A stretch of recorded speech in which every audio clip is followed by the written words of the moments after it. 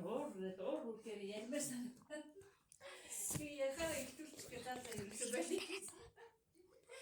Йоо яг хэцүү юм лээ. Яг ийм юу байх ямар хэцүү юм бэ?